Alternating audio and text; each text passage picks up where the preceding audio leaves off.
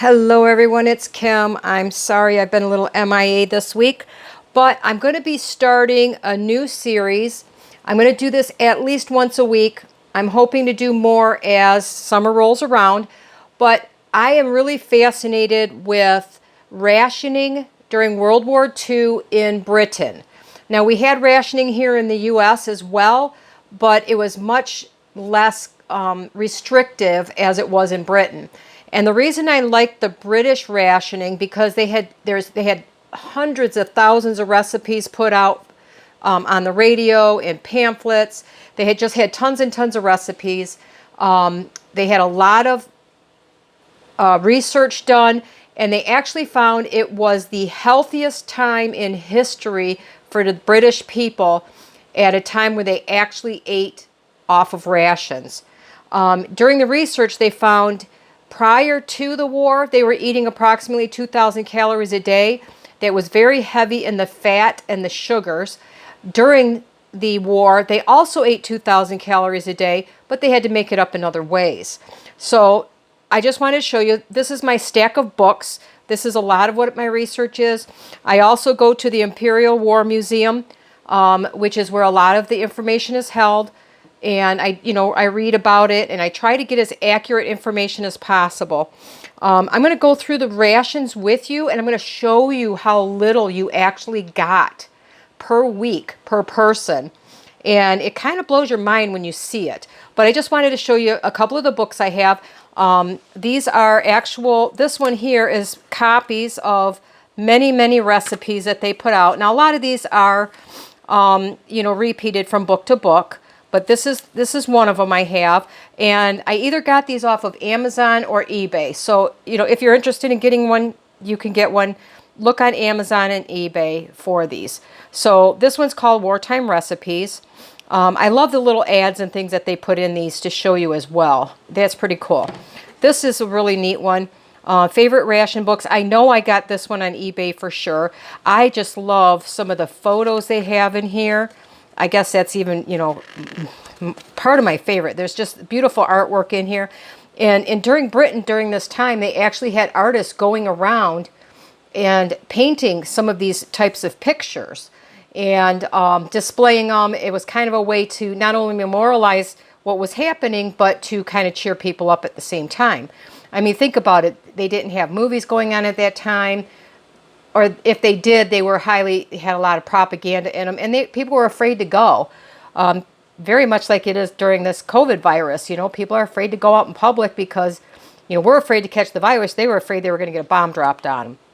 But this one's really cool. This one has all the different pamphlets that they put out and showed you the different methods and such that they had. So each one of these would be like a pamphlet or a little booklet that they put out during that time. Or they would be newspapers, or you'd find them in the office or whatever you were at. That one's called Eating for Victory. I'm pretty sure I got this off of Amazon.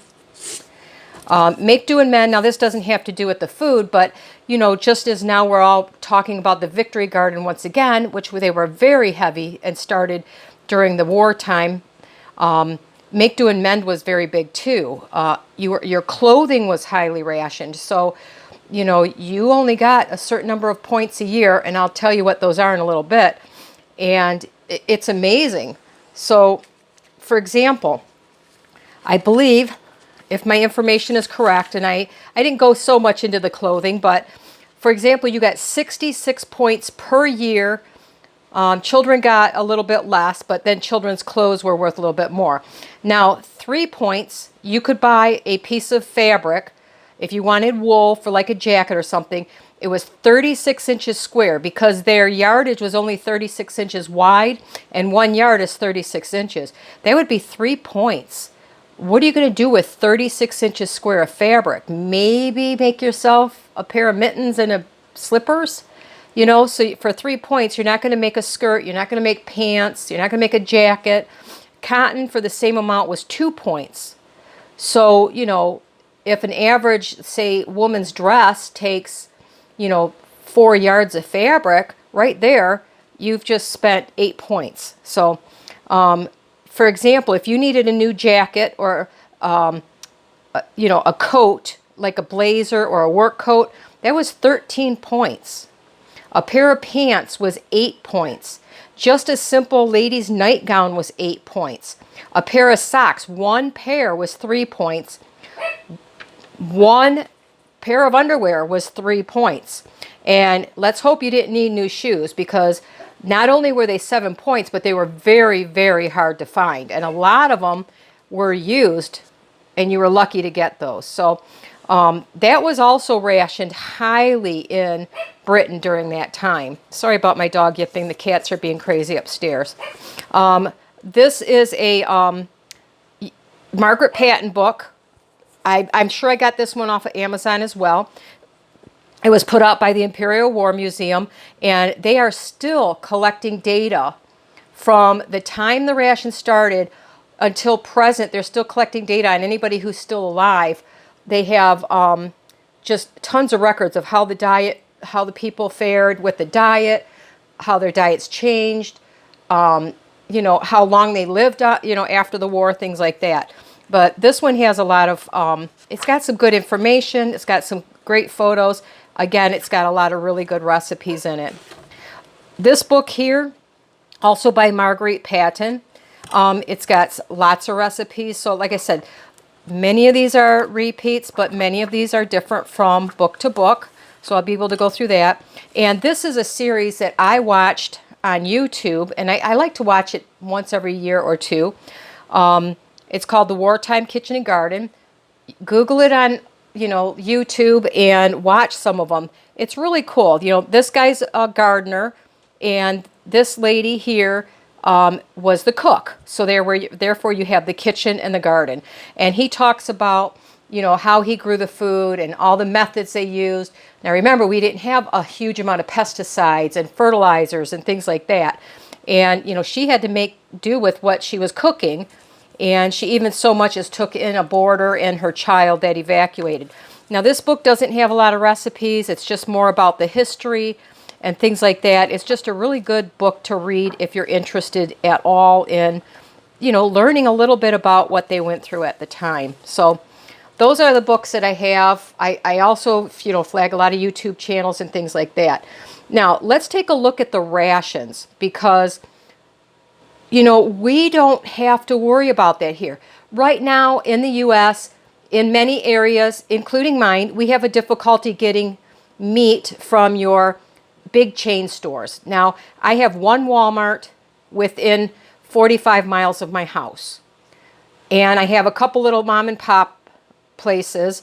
And if Walmart's out of meat, a lot of people are out of meat in this area.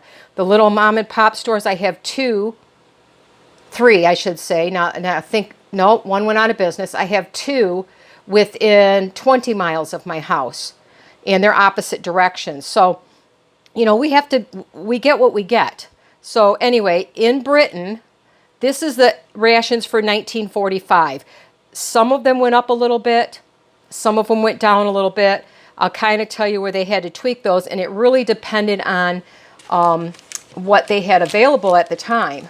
So the first thing was, everybody was not guaranteed, but they had a ration of 4 ounces of ham or bacon, not both. You could split it up in 2 ounces of bacon, 2 ounces of ham, but this is a 4-ounce piece of ham. It's that thick, that big, that's it. That's what you got. 4 ounces of ham. You got 2 ounces of cheese. This is exactly 2 ounces of cheese.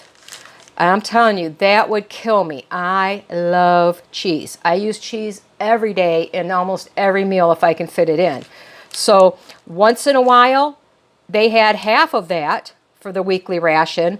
And once in a blue moon, it may go up to double this. But on average, they got 2 ounces of cheese a week. That's it. 2 ounces of cheese, 4 ounces of ham. Now, you also have to remember during this time, they didn't have a lot of the packaged meals that we have. There's no hamburger helper. There's no pasta sauce in a jar. So, you got to think about that stuff. Anyway, the next thing is butter. They got a whopping 2 ounces of butter a week. That's it. That was for all their cooking, If they had a piece of toast, if they wanted to put it on mashed potatoes, that's it. That's their butter for the week. Now, they also got equivalent of what they called lard, lots of lard. If you were lucky and you had a pig and you put up your own lard, that was great. But lard you were guaranteed. I don't have any, but here's 2 ounces of lard. So here's your butter, here's your lard or other oils. So if it was a liquid oil, which was very scarce then, it was 2 ounces. And then you were guaranteed 4 ounces of margarine. So this is the same size. This would be your fat for cooking and toast, whatever you wanted. This is the entirety of your fat for one person for the week. I mean, if you think about it, if you make a cake, you're going to use at least one of these just for one cake. So if you look at the amount of fat in your foods today, you would be astounded that this is what they lived on. So that's the entirety of their fat ration. Okay? Then we had milk. Now, I don't have enough milk right now. I'm sorry. But they got 3... This is, I wish I had put something in it, but I don't have any milk. 3 pints of milk per week. That's the entirety of their milk. They didn't have pop and things like that to drink. They had milk and water, basically. And as you know, in Britain, they drink a lot of tea. They were given the equivalent of 2 ounces of tea a week. I think most people here in the U.S. can relate more. This is 2 ounces of coffee per week. That's it. That's what you would get in tea or coffee for an entire week. Now, I don't know about you. My husband was a huge coffee drinker. This lasted him a day. It wouldn't last him a week. A couple pots of coffee. So this is your coffee grounds that you would get for an entire week. There was no Starbucks, there was no McDonald's, there's no drive-through. This is it. You couldn't get it anywhere else but in your rations. Sugar. Everybody was guaranteed 8 ounces of sugar a week. That's it. That's 8 ounces. I weighed it out in the jar. 8 ounces of sugar. You had to make all your own homemade stuff. Cakes, pies, biscuits, cookies, whatever you wanted had to come out. If you wanted sugar in your coffee, sugar in your tea, it came out of your ration. That was it. That's 8 ounces for the entire week. This one, you guys, this one is shocking. Show you what you get for eggs, okay? We think we have a problem here when we can't get them as much as we want. This is what you were guaranteed per week. Sorry, it's dirty. I just took it out of the chicken coop. 1 fresh egg per week. That's it. That's what you got. 1 egg. No more. That's all you were given. 1 egg per week. Now, you did get, after the war went a couple of years, the United States learned how to dehydrate eggs. So you would get 1 packet of dehydrated eggs per week, or per month, excuse me. 1 packet per month. It was the equivalent to 12 eggs. So I figured this kind of gives you a visual. This is what the equivalent of all the eggs you got for a week. That's it. So you don't eat eggs for breakfast? Maybe once a week. If you made one of those pies or cookies or whatever that needed an egg, this is where your powdered eggs came in. But that was your entirety of your eggs for the entire week. I don't know about you, but that's rough. That is really rough. That and the fat, I think, are the 2 roughest ones. Sugar being another thing. Another thing that you got, 1 per month, was 1 pound of jelly. This is a hair under a pound. This is my homemade dandelion flour jelly. This is what you get for a month. A month. If you gave this up, they would give you an additional pound. I hope I didn't misspeak. This is 8 ounces of sugar you got. So if you gave up your ration of jelly, you could get an additional pound, 2 of these, for your jelly ration, okay? So if you make your own jams and jellies, you would have to make sure you saved up some of your sugar because they didn't have the pectins and all that stuff. A recipe for jelly was 60% of your jar contains sugar in order to be a proper jelly. So that, that's a lot of sugar in each cup, in each pound of jelly. So you had to ration whether you wanted the sugar or the jelly. Now, let me jump back to the eggs for one quick minute. If you gave up your egg ration, like me, I live out in the country. If you gave up your egg ration, you could get a certain amount of feed for your chickens. And I believe it was enough to feed 3 chickens a week. 3 chickens at a time. And there's times when those girls don't lay. So you might not get an egg or it gets broken or whatever. But, you might get more than the 4 egg equivalent a week. You might not. In the wintertime, you might not get any. And you can't give up your chicken feed in the winter because they still have to eat. So, there was an option if you lived out in the country of giving up your egg ration for the girls. Now, when it comes to meat, you got their prices. It went by the amount of money. It was, right now, it would be the equivalent to about $4. But this is the average amount of meat per week that you would get per person.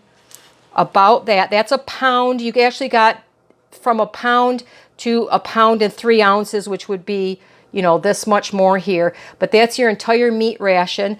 And this happens to be boneless. Most of them were not boneless. They included those bones in your meat ration. So if you were very lucky and you could find boneless, you ate better that week. But in general, almost half of your meat portion was given up in bones. So, that was it for your meat. That was it. That's a pretty slim ration. And this is significant to what we're going through right now. We're having a hard time finding meat, but could you live on just this for an entire week? I don't know. Seems pretty slim to me. The last thing was you got a ration of 12 ounces of sweets, whether it be licorice, hard candies, gum, chocolate, whatever. But anyway, it was the equivalent to this much. 1 bag of semi-sweet chips. That would be your entire ration of sweets, chocolate, candy of any type was about this much per month. Per month, not per week. This is every 4 weeks. 1 month, you got that much chocolate. I don't know about you. That would be hard. I like chocolate. This is the way I get my chocolate in. I nibble on a few throughout the day or, throughout the week. And this is how I've been rationing this because I don't go to the store that often since we've been under quarantine. That's pretty much it. I eat maybe 4 or 5 little pieces of chocolate and I try to make it do. But that's it for the entire month. So there's our rations. Let's see if we can do, I don't know if I can do a decent overview of everything here. There's your eggs, your butter, your meat, and your milk. That's it. That is what you were guaranteed to eat for 1 week. Okay? That's it. I don't think that's very much when you look at it. So how did they stay healthy? They added in things like, after the war got going, the United States would send them cans of Spam. Okay? Spam is a good meat to add to it. The problem was they got 24 ration points for the week. And something like Spam would use 16 of those points. So if you were a single person, you used up almost your entire ration on 1 can of meat.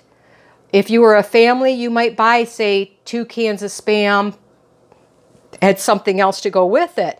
Another thing that was rationed was your canned vegetables and your canned fruits. Your vegetables, for 1 can, that was about 20 ounces per can, say, of peas. 1 can of peas would be 14 points.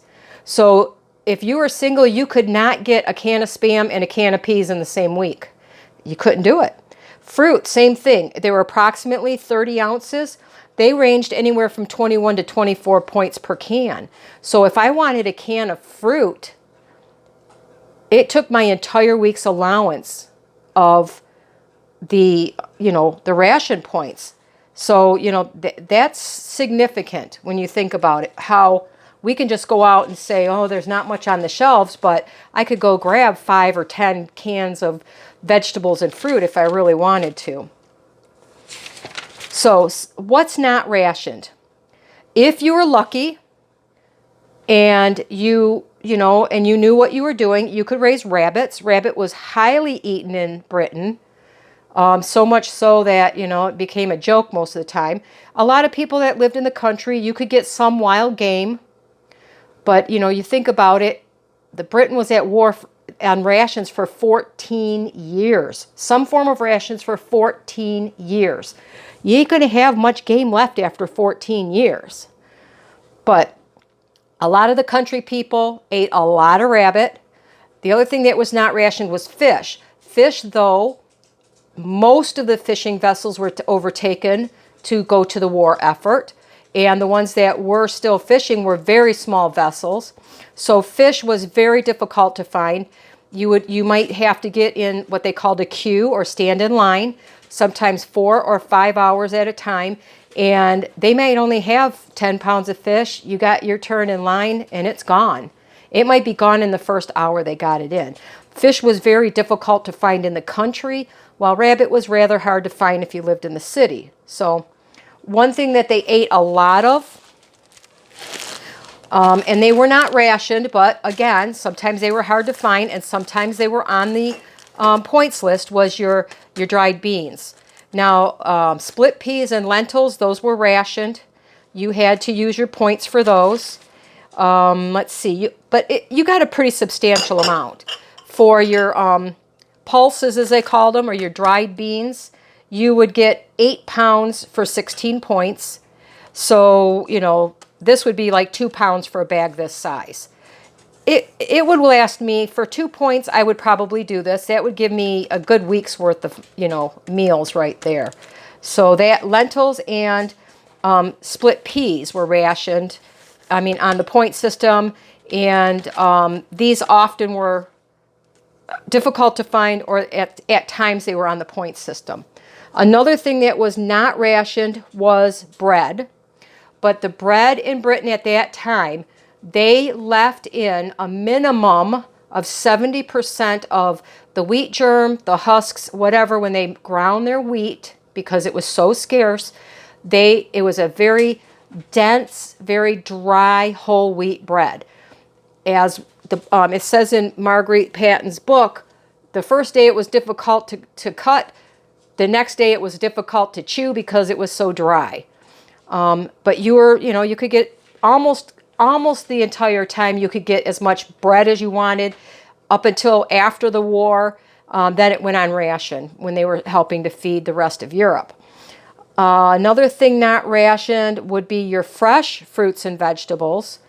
But again, tomatoes in Britain were very difficult to come by. You were lucky if you got maybe 8 or 10 tomatoes the whole summer, because their weather wasn't made for growing certain vegetables. They didn't have like places like California and Florida and the southern states that could grow tomatoes in, what would be, still winter here in Michigan. They didn't know what to do with corn when it was sent over there. They had never grown things like corn, and corn's an extremely heavy feeder. They no longer had the manures from the animals because there wasn't many animals. So corn was very difficult to find. Bananas were, once the war started, most children never saw a banana their entire life for 14 years. If you were born at the beginning of the war and after the war, they didn't know what a banana was. They didn't know how to peel them. They didn't know how to eat them. They thought they tasted funny. They also had these things that they called sausages. Sausages were kind of, I want to call it a meat food, because they only had to have a small percentage of actual meat in the sausage. It was a lot of fillers, but they weren't rationed. So if you wanted to have what looked like a meat with your dinner because you had nothing else, you could eat these sausages. Now, everybody was encouraged for vitamins to eat. You were encouraged as a woman, as a housewife, to feed your family 1 pound of potatoes per person per day. So every family member was encouraged. They were very, at most times, they did have a potato famine in there at one time. At most times, potatoes were very abundant in Britain, as well as carrots. So carrots and potatoes, they had hundreds of recipes that had carrots and potatoes in them. So those two things were encouraged to eat every day. You were told to eat something green, a big plate of something green every day for your health, especially raw green vegetables. So eventually, you know, as the war got on, they added weird things like whale meat, which from everything I've read and saw and heard from interviews, whale meat was really, they just didn't like it. It didn't go over well. They tried to make it make you think it was a steak, but it was extremely strong flavored. People would soak it for days and they still didn't like the taste of it. And the other thing was salt cod. Now, salt cod was dried cod that was dried in salt. You had to soak it a minimum of 24 hours just to get it passable. So it was another thing that, you know, most people did not enjoy. So anyway, I just wanted you all to understand, you know, kind of what rations they had at the time, a little bit about it. I'm going to start doing a few of the recipes as summer comes along. I've always wanted to do this for at least the last 5 years. I would like to try to do this for 2 weeks, 3 weeks, maybe even a month to follow the rations. You know, once my garden's more abundant or this virus is not here and we can get some fresh fruits and vegetables, and see what I could do to maybe follow this and see, you know, how I feel and if I could even manage it. So anyway, if you have any questions or if you have any comments that I missed on here, please let me know. And we'll start learning a little bit more about rations in Britain during World War II. And thank you all for joining me. I appreciate you and have a wonderful day.